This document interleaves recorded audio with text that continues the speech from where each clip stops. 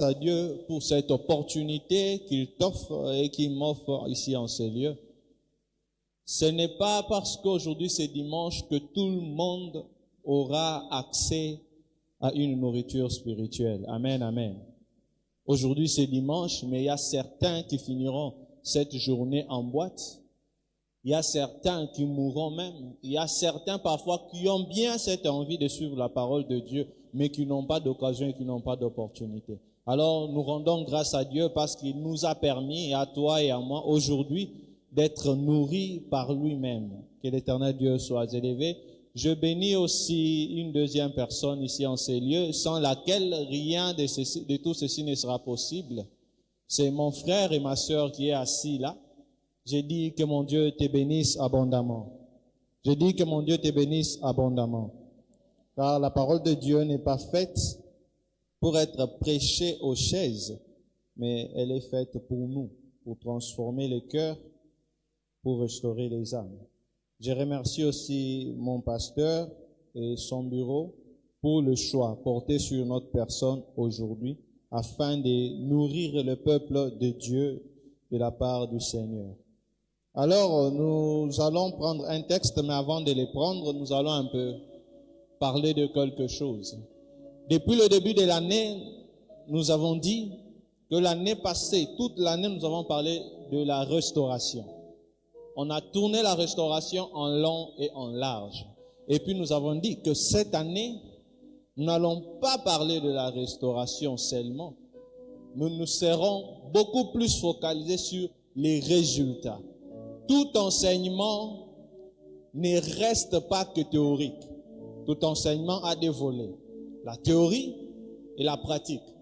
Nous avons dit que l'année passée, nous avons abordé les fonctionnalités et les connaissances générales sur la restauration. Et cette année, c'est une année où nous n'allons pas seulement parler de la restauration, mais c'est une année où nous allons vivre et faire vivre la restauration. C'est pour cela que nous avons nommé cette année « année des résultats ». Alors, durant cette année, nous allons vous parler des résultats, l'importance des résultats, l'importance de la restauration et tout cela par le biais des résultats. Alors, ce matin, nous allons prendre une liste de textes, mais nous allons faire une lecture. Les autres textes, nous allons les exploiter tout au long de notre message. Nous allons nous tenir debout. Nous sommes dans le livre de 2 Samuel, le 13e chapitre. Nous allons lire comme ceci. Nous allons commencer du 3e verset au 5e. Est-ce qu'on se reçoit? 2 Samuel 13, 3 jusqu'à 5. Après cela, nous allons prendre le même texte, 2 Samuel, verset 13, mais à ce moment-là, nous allons lire le 28e, le 29e verset et le 32e. Pour ceux qui prennent note, je ne sais pas si nous nous sommes bien compris. 2 Samuel 13, du 3e au 5e verset. Nous sautons, nous prenons le 28e et 29e verset et puis nous chutons avec le 32e. Nous lisons au nom du Seigneur. Amnon avait un ami nommé Jonadab, fils de Chiméa, frère de David. Et Jonadab était un homme très habile. Il lui dit, « Pourquoi deviens-tu ainsi chaque matin plus maigre, toi, fils du roi? Ne veux-tu pas me le dire? » Amnon lui répondit, « J'aime Tamar, sœur d'Absalom, mon frère. » Jonadab lui dit, « Mets-toi au lit et fais le malade. Quand ton père viendra te voir, tu lui diras, « Permets à Tamar, ma sœur, de venir pour me donner à manger, qu'elle prépare un mets sous mes yeux, afin que je le voie, que je les prenne de sa main. » 28 et 29. Absalom donna cet ordre à ses serviteurs.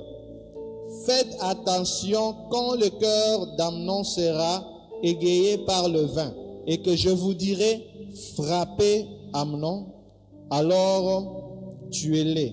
Ne craignez point, n'est-ce pas moi qui vous donne l'ordre? Soyez fermes et montrez du courage.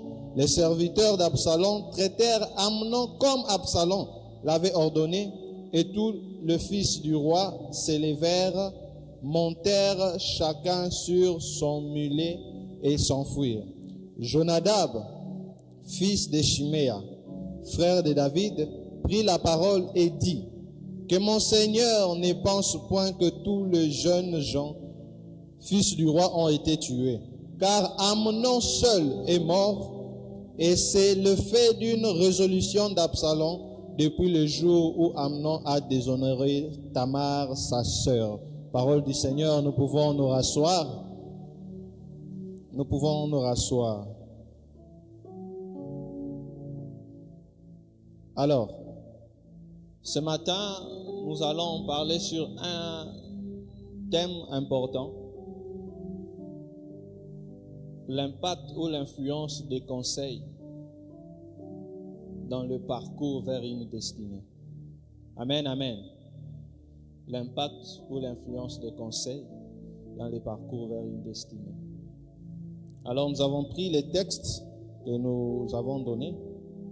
Pour ceux qui prennent note, ils peuvent ajouter ceci, ils iront lire à la maison. Nous n'aurons pas le temps de revenir sur chaque lecture. Ils peuvent prendre Proverbe 15, 22, ceux qui veulent aller méditer à la maison. Proverbe 15, 22, et puis Proverbe 27, 9. L'importance des conseils dans le parcours vers une destinée. Bien-aimés dans le Seigneur, il est important de souligner ces choses dans cette génération. Nous sommes en train de rechercher des grandes choses. Combien de personnes sont en train de rechercher la gloire? Combien de personnes s'appuient sur plusieurs promesses faites par Dieu? Le Seigneur a dit, je serai la tête et non la queue. Le Seigneur a dit ceci. Le Seigneur a dit, tu seras béni à ton arrivée jusqu'à ton départ. Le Seigneur a dit ceci. D'accord, c'est bien. Tu es appelé à toutes ces choses. Mais il y a quelque chose que si tu négliges, tu n'auras jamais accès à ces grandes choses prévues pour toi par Dieu. C'est quoi? C'est les conseils. Et en parlant de conseils en général, aujourd'hui, nous allons mettre un accent sur un type de conseil. Car, je l'ai dit, je me rappelle, lorsque j'étais allé intervenir quelque part, je l'ai souligné, j'ai dit, on ne demande pas conseil à n'importe qui. Et on n'écoute pas n'importe quel conseil. Amen, amen. On ne demande pas conseil à n'importe qui. Et on n'écoute pas n'importe quel conseil. Pourquoi je dis ceci? Car en gros, nous avons deux types de conseils. Il y a de bons conseils et de mauvais conseils. On ne peut pas parler que des conseils en vague. Pourquoi? Parce qu'il y a des conseils qui construisent et des conseils qui détruisent. Il y a des conseils qui réunissent et unissent. Et il y a aussi des conseils qui divisent les familles, qui divisent les grandes relations et qui brisent les grandes destinées. Amen, amen. Nous sommes ce matin en train d'exploiter un texte, l'histoire d'Amnon, fils de David, Absalom, fils de David, Tamar, même chose encore, enfant de David. Alors, qu'est-ce qu'il y a eu? Amnon a eu des mauvaises envies, des mauvaises pensées, des mauvaises pulsions sur sa demi-sœur, en fait. Alors, il est resté comme ça. Qu'est-ce qu'il y a eu de mal? Il a fini par prendre conseil auprès de son ami. Son ami qui lui dit, toi tu es fils du roi, pourquoi tu peux m'écrire? Tu es fils du roi, pourquoi tu peux rester dans plusieurs inquiétudes? Et Amnon a décidé de s'ouvrir auprès de son ami. C'est pour ça que j'aimerais ouvrir encore une courte parenthèse. Faites attention au type d'amis que vous avez. Car la nature de ton ami définit aussi la nature des conseils qu'il est prédisposé à te donner. Un ami qui est toujours prêt à détruire, il sera difficile qu'il te donne un conseil constructeur.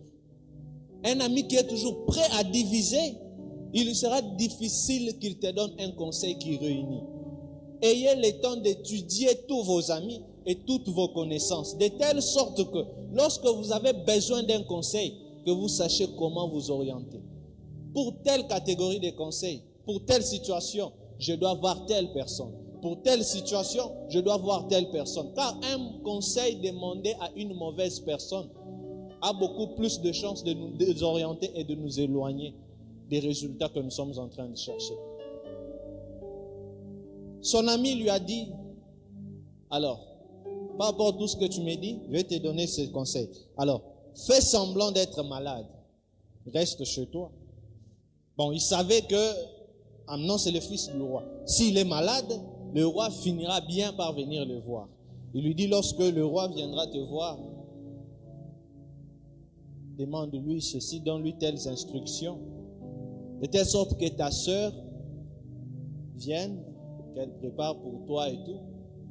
Et dans ce temps-là, quand tu resteras seul et tout, tu vas éloigner les serviteurs et faire ce que tu as à faire. C'est un conseil qu'on lui a donné. Amen, amen.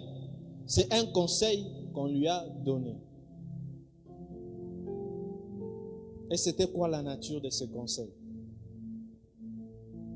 À la longue, si vous voyez, nous avons lu des textes un peu en train de laisser des vides au milieu, en train de sauter, car nous n'avons pas le temps de prendre tous les textes.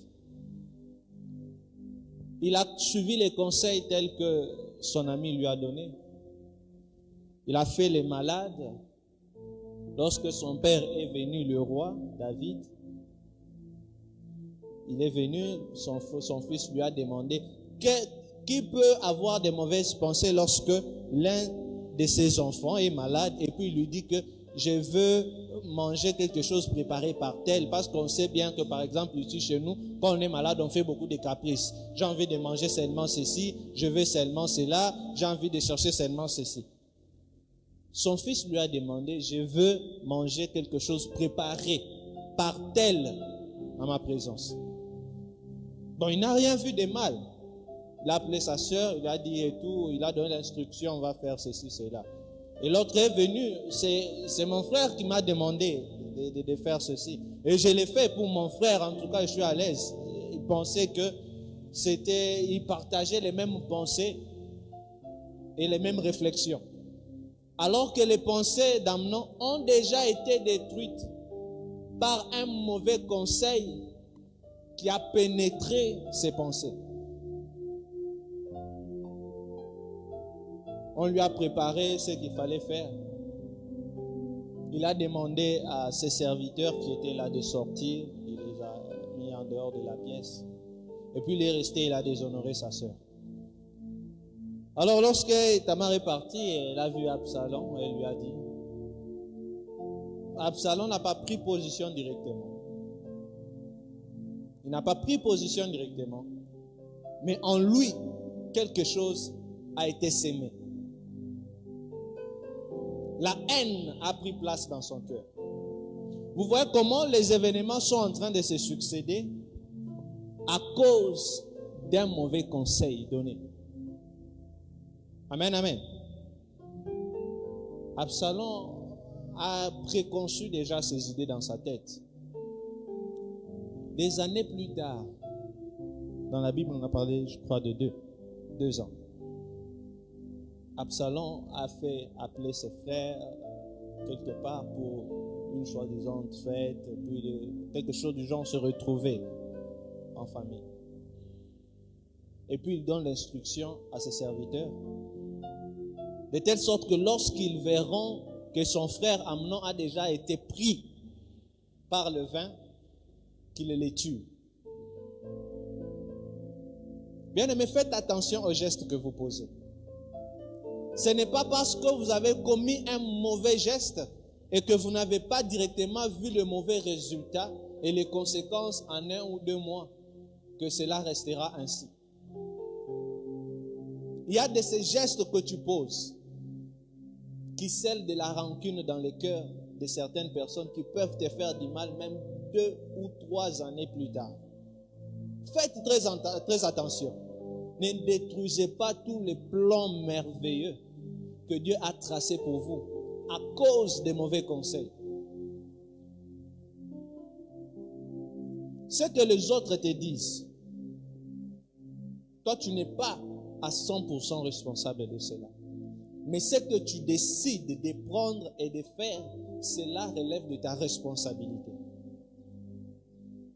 Si je viens te demander de voler, est-ce que tu es responsable de cette demande que je t'ai faite? Pas à 100%.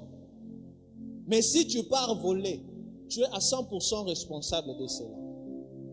C'est pour cela qu'il est essentiel que nous ayons toujours pour habitude de demander à Dieu de nous donner ce discernement, afin que nous ayons la capacité de saisir les bons conseils et de ne pas garder les mauvais conseils en nous. On a dit dans les textes que je vous ai donnés que des projets échouent faute d'une assemblée qui délibère. Mais ils réussissent aussi grâce aux nombreux conseillers. Amen, amen. Mais dans ce nombre de conseillers, ce n'est pas n'importe quel conseil qu'on prend. Quand on parle de nombreux conseillers déjà, on voit un groupe de personnes. Et donc quand on parle de groupe, tout le monde ne pense pas de la même façon et ne réfléchisse pas de la même façon. Lorsque tu vas demander conseil à 10 personnes, il est possible que tu aies 5 conseils différents ou bien que tu aies 10 conseils différents. Mais parmi ces nombreux conseillers, nécessairement, il y aura un conseil qui va t'orienter vers une bonne direction. Sans discernement, tu ne sauras pas distinguer ces conseils. Amen, amen. Amen, amen. Sans discernement, tu ne sauras pas distinguer ces bons conseils. Combien de jeunes aujourd'hui se sont perdus à cause des mauvais conseils? J'ai un ami, il m'a demandé ceci. J'ai un ami, il m'a dit ceci. Il te conseille, d'accord, mais quelles sont les différentes natures de ces conseils? Tout n'est pas à prendre et tout n'est pas à rejeter. Ce que tu prends ou ce que tu rejettes définit ce qui devra t'arriver un jour. Il est dit dans Proverbe 27, le 9e verset, parmi les textes que je vous ai donnés, « L'huile et les parfums réjouissent les cœurs, et les conseils affectueux d'un ami sont doux. » J'ai recherché là où il y avait un détail sur conseil, et j'ai trouvé ce texte. « Et les conseils affectueux d'un ami sont doux. » Faites attention. Un mauvais conseil, je l'ai dit, il peut briser des familles, il peut briser une destinée. Toujours en parlant de conseils, j'ai fait encore référence à un autre cas. Vous savez, après Salomon, Israël s'est fendu en deux. On a eu le royaume de Juda et le royaume d'Israël. Et cela est parti ainsi. Mais est-ce que vous savez que cela est encore le fruit d'un mauvais conseil? Roboam, lorsqu'il a pris le règne après Salomon, les gens sont venus le voir, les peuples, pour lui dire que ton père était dur avec nous. Mais nous te demandons quand même de ne pas reproduire les mêmes erreurs que lui. Ne sois pas trop dur comme ton père l'était. Alors il est parti demander aux anciens, Roboam. C'est pour cela que j'ai dit qu'on ne demande pas conseil à n'importe qui. Il est allé demander aux anciens. Les anciens lui ont donné un bon conseil, une bonne orientation. Il fallait qu'il essaie un peu de comprendre ce que le peuple lui a demandé, qu'il soit un peu clément en faveur du peuple et tout, contrairement à ce que son père était. Il s'est levé, il n'a pas pris ses conseils, il est parti voir ses amis. Et ses amis lui ont dit, ah mon cher, c'est rien. D'ailleurs, il faut leur dire que ce que ton père a fait là, c'était rien. Toi, tu seras très dur avec eux. Il a eu 2 conseils. Nous avons dit ici que ce que tu entends seulement, tu n'es pas responsable à 100%. Mais ce que tu décides de faire peut directement influencer ton avenir et ta destinée. Il a décidé, il avait 2 conseils. Le conseil des anciens qui lui ont demandé d'entendre la demande du peuple et le conseil de ses amis qui lui ont demandé d'être beaucoup plus dur même que son père. Il a décidé de suivre ses amis. Et lorsqu'il l'a annoncé au peuple, le peuple a décidé de se retirer. Ils se sont choisis à notre roi. Ils sont partis. Et lui est resté avec une partie. Et les autres se sont éloignés aussi avec une autre partie. Un mauvais conseil a divisé une nation. Une grande nation. Parce qu'Israël n'était pas n'importe quelle nation. Et puis c'est pas n'importe qui avait le pouvoir et cette charge de s'élever contre Israël. Israël n'était pas n'importe qui. Ce que les grandes nations n'ont pas pu faire, ce que les grands ennemis n'ont pas pu faire, un mauvais conseil a su les faire. Faites attention. Le diable peut te rater dans l'alcool, il peut te rater dans les filles, il peut te rater dans les mauvaises relations et tout. Mais il peut t'avoir à cause d'un mauvais conseil. Faites très attention. Un homme destiné à diriger 12 tribus, il ne se retrouve qu'avec une petite portion. Pourquoi? Il a suivi un mauvais conseil. C'est important qu'on parle des conseils lorsque on veut faire référence à une année de résultats comme nous sommes en train de le dire. C'est vrai que nous sommes appelés à la grandeur, c'est vrai que nous sommes appelés à la gloire, c'est vrai que nous sommes appelés à des grandes choses. Mais si nous suivons des mauvais conseils, il nous sera difficile d'atteindre les desseins glorieux que l'Éternel a prévus pour chacun de nous. Amen, amen. Écoutez, tous les chrétiens ne sont pas seulement riches. Tous les chrétiens ne vivent pas de la même façon. Tu peux être chrétien, tu prophétises comme il n'a pas idée. Tu peux être chrétien, tu prêches comme il n'a pas idée. Tu peux être chrétien, tu pries, tu parles même en langue comme il n'a pas idée. Mais sur les plans financiers, être misérable. Pourquoi? Parce que sur les plans financiers aussi, tu as décidé de suivre un mauvais conseil. Et sur le plan ministériel ou spirituel, tu as décidé de suivre des bons conseils. Amen, amen. Est-ce qu'on se comprend? Est-ce qu'on se comprend? Est-ce qu'on se comprend? Amen, amen. Amen, amen. Amen, amen. Combien de filles aujourd'hui ont été déroutées par leurs amis à cause des mauvais conseils? Combien de jeunes garçons brillants, appelés à des grandes choses, se sont retrouvés perdus dans l'alcool, dans la débauche, dans les filles, à cause des mauvais conseils.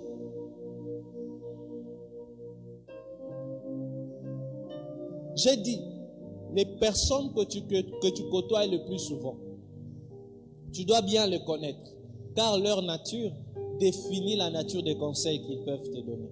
Comme on dit, ceux qui s'assemblent finissent par se ressembler.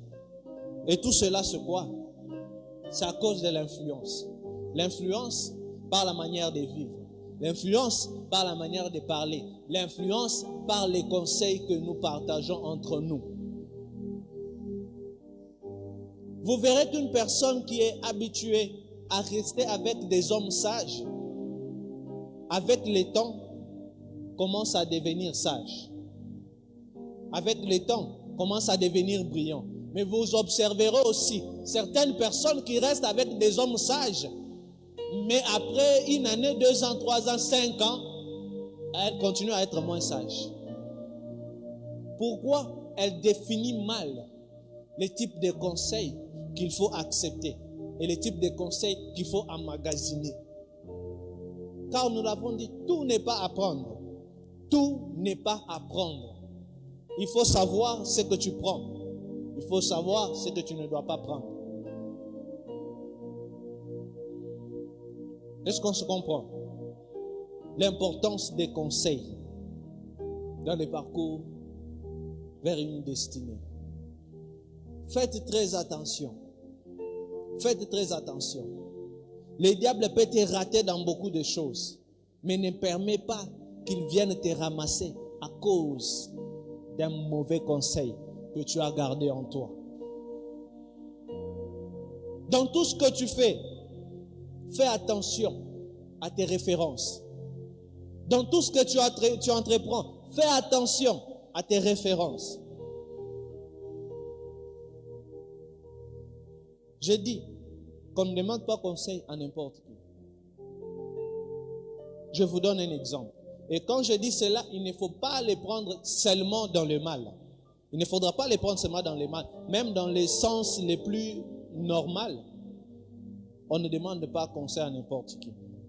La personne à qui tu demandes conseil doit répondre à certains critères par rapport à la situation qui a besoin de ce conseil. Je vous donne un exemple. Je suis dans ma vie de tous les jours. Je suis en train de voir comment m'améliorer vraiment dans la musique. Comment m'améliorer dans la musique. Et je prends l'aspect artistique, pas l'aspect spirituel, je prends l'aspect artistique. Comment je peux m'améliorer dans la musique? Et je pars demander conseil à qui? Je pars demander conseil à un prophète qui n'a jamais chanté. Amen, amen. Je pars demander conseil à un prophète, homme non pas c'est un serviteur de Dieu. Il n'a jamais chanté. Quel conseil il va me donner de précis?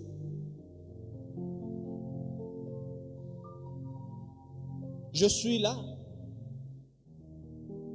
Je commence à avoir certaines orientations vers la prophétie. Parfois je vois, je n'arrive pas à bien saisir ce que je vois. Parfois j'entends, je n'arrive pas à bien saisir ce que j'entends. Et j'ai besoin d'un conseil. À qui est-ce que je pars demander conseil? À un coach musical.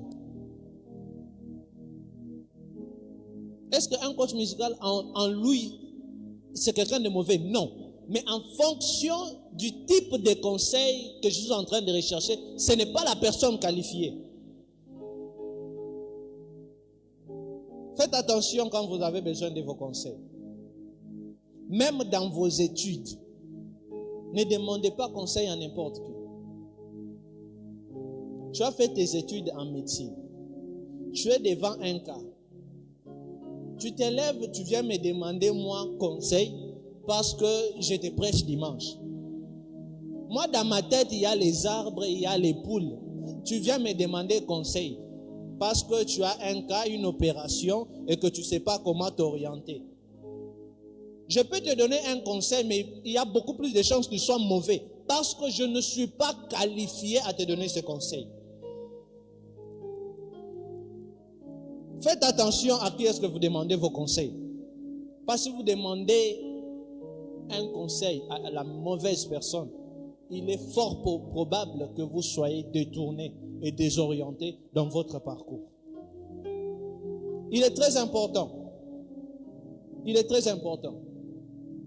Nous ne pouvons pas que venir ici tous les jours commencer à dire attention, oh les attaques de l'ennemi, oh les attaques du diable, oh ceci, oh cela, oh briser les liens, oh briser ceci. Mais certaines choses plus importantes, nous les négligeons aussi.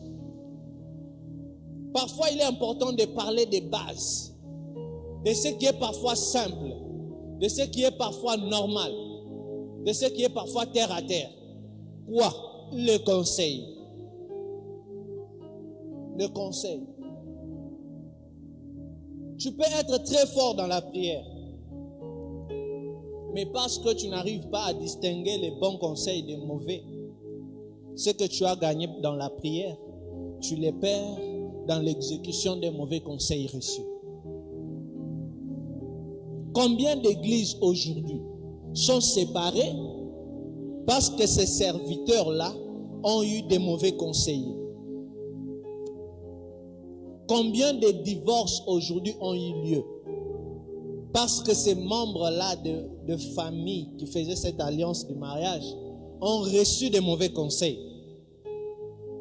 Tout conseil n'est pas bon à prendre, je l'ai dit. Il y a ceux qui construisent et ceux qui détruisent.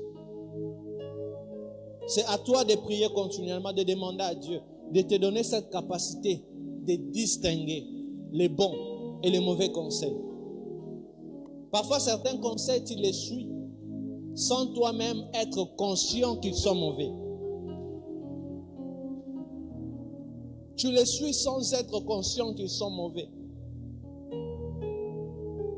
Mais il est important, il est très important d'avoir cette capacité de distinguer ce que tu entends, de choisir ce que tu pratiques, de choisir ce que tu as la mesure de garder dans ton cœur. Faites attention, faites très attention. On parle des résultats, cette année c'est une année des résultats. Mais si tu suis des mauvais conseils, il te sera compliqué d'atteindre ces résultats. Alors ce matin, ce que j'aimerais qu'on fasse avec toi, nous n'allons pas faire de très longues prières. Tu vas juste demander à Dieu de te donner cette capacité de distinguer les bons et les mauvais conseils. De distinguer les bons et les mauvais conseils. Lesquels il faut prendre et lesquels il ne faut pas prendre. Qu'est-ce qu'il faudra enregistrer dans son cœur et qu'est-ce qu'il ne faudra pas enregistrer. Car si tu prends, tu remplis ton cœur, tes pensées, des mauvais conseils, même toi tu deviendras une mauvaise personne. Est-ce qu'on peut se tenir debout et faire cette prière ensemble? Tu vas prier le Seigneur. Tu vas lui dire seulement, Seigneur, donne-moi cette capacité de distinguer les bons et les mauvais conseils. Donne-moi cette capacité de discerner ce qu'il y a de bien dans le conseil qu'on me donne et ce qu'il y a de mal. Car si tu choisis ce qui est mal, il te sera difficile de t'orienter vers le bon chemin. Est-ce que tu peux incliner ta tête en prière et faire cette prière avec moi? Seigneur éternel mon Dieu, je te prie, Seigneur Jésus, et je te demande, Père éternel, de nous orienter. Dans ce que nous entendons, dans ce que nous suivons, Seigneur Jésus, il y a beaucoup de déchets. Mais si nous n'arrivons pas à distinguer ce qu'il faut prendre et ce qu'il faut laisser, Seigneur, il nous sera difficile d'accéder au plan merveilleux que tu as prévu pour nous, Seigneur Jésus. Le diable peut nous avoir ratés dans beaucoup de choses, mais il peut se battre pour nous rattraper en nous envoyant de mauvais conseillers et de mauvais conseils. Seigneur Jésus, nous te demandons, Seigneur, capacite chacun de nous, place en chacun de nous cette capacité de distinguer les bons conseils et les mauvais, Seigneur Jésus. Oui, Père éternel, car le plus important, c'est des conseils qui nous amènent à te suivre, des conseils qui nous amènent à marcher dans tes voies et des conseils qui nous amènent à marcher dans tes traces. Seigneur Jésus, nous te demandons et te faisons cette prière. Charge-nous de ta grâce, charge-nous de ta grâce, charge-nous de ta grâce et charge-nous de ta connaissance, charge-nous de cet esprit de distinction et de cet esprit de discernement afin que nous arrivons à suivre le bon chemin, afin que nous arrivons à suivre les bons conseils. Tu as dit que tu places devant nous deux chemins, le bien et le mal. Mais toi, tu nous demandes de suivre le bon chemin, de suivre le bien. Et cela aussi est un conseil. Si nous n'arrivons pas à discerner le bien de mal, si nous n'arrivons pas à distinguer le bon chemin du mauvais, il nous sera difficile, Seigneur Jésus, d'accéder au plan merveilleux que tu as tracé pour nous. Il sera difficile d'accéder au plan merveilleux que tu as tracé pour chacun de nous. Seigneur Jésus, nous te prions et nous te demandons, Seigneur, de nous orienter, de nous diriger dans nos chemins et dans nos parcours. Dirige-nous, guide-nous dans tout ce que nous faisons. Que nous soyons en mesure de suivre ton chemin, de distinguer le bien du mal, de distinguer les chemins à suivre, celui qu'il ne faudra pas suivre. Donnons chacun de nous cet esprit de discernement sur tout ce que nous recevons, comme conseil, comme recommandation, de sorte que nous arrivons à suivre celui qui est bon, celui qui est merveilleux, celui qui nous rapproche de toi et celui qui nous rapproche de notre destinée. Seigneur Jésus, bénis chacun de nous en ce lieu et que ta grâce soit avec chacun de nous. Au nom puissant de Jésus, nous avons ainsi prié avec acclamation et action de grâce. Amen.